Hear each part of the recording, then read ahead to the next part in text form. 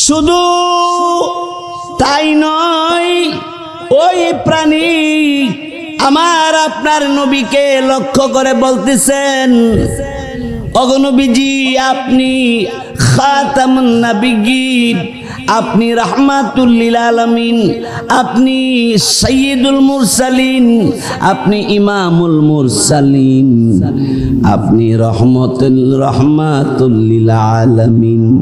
এই কথা বলতে যখন আরম্ভ করে দিল, বেঈমান কাফেরদের মধ্যে দুই দল হয়ে গেল। একটা দল ডাক দেয়া বলে, নবী গো, এতদিন পর্যন্ত ভুল পথে ছিলাম, না না, আর ভুল পথে থাকতে আমরা রাজি না। নবী আমাদেরকে কালিমা পড়াইয়া দেন, লা ইলাহা ইল্লাল্লাহু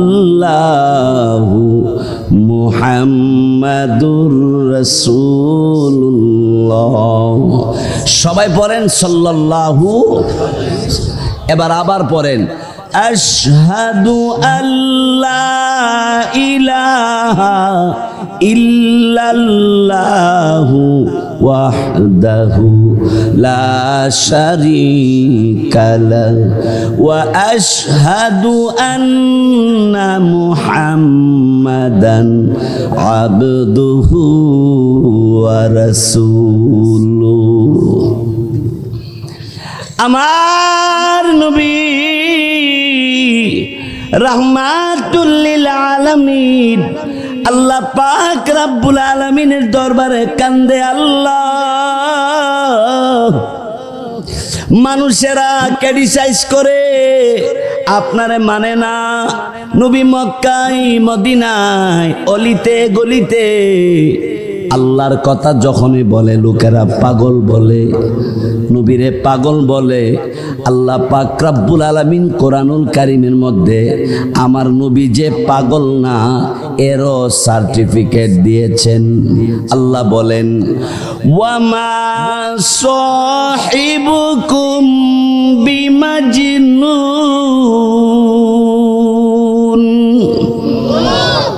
এই মক্কাবাসীরা, আরববাসীরা, তোমাদের মাঝে যেই লোকটা বসবাস করে, এই লোকটা পাগল না। জোরে কোন আল্লাহু আকবার। বাইসব আমার বন্ধুরা, আমার নবী রাহমাতুল লিল আলামিন রাস্তা দিয়া যায়, পথ দিয়া যাইতেছে। যাওয়ার পথে একজন ইহুদির ছেলে, ইহুদি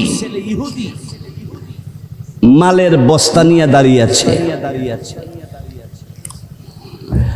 রাসূল কারীম সাল্লাল্লাহু আলাইহি সাল্লামকে এই যুবক নবীকে জীবনও দেখছে না, নবীরে চিনে না।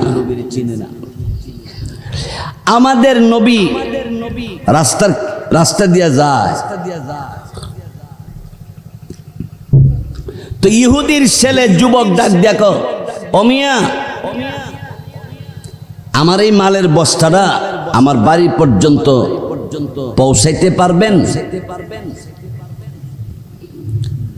নবীজি বললেন, কোনো সমস্যা নাই, ধরো আমার মাথায় উঠাইয়া দাও, তোমার বাড়ি পর্যন্ত পৌঁছাইয়া দেই। যুবক জিজ্ঞাসা করলো, আপনাকে দিতে হবে কত?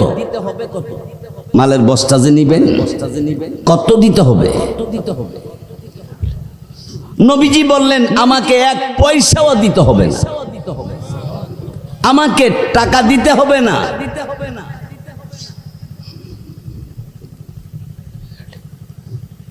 যুবক ডাক দেখো, তাহলে নেওয়া যায়, নিতে পারেন।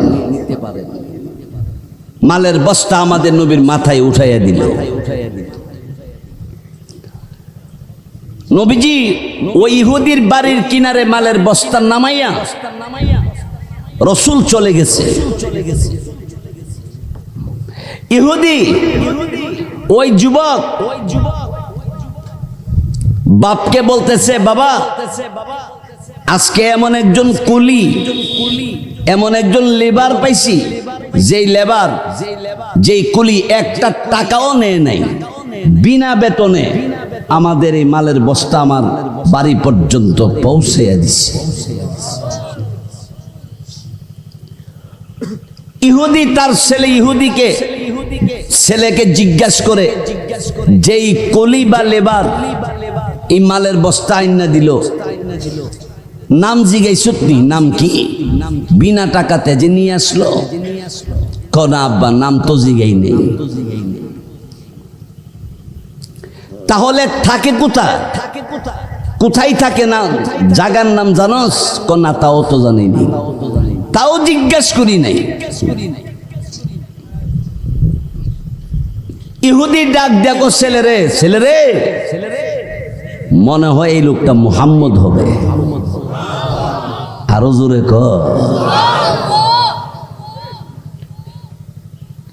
মনে হয় এই লোকটা মুহাম্মদ হবে।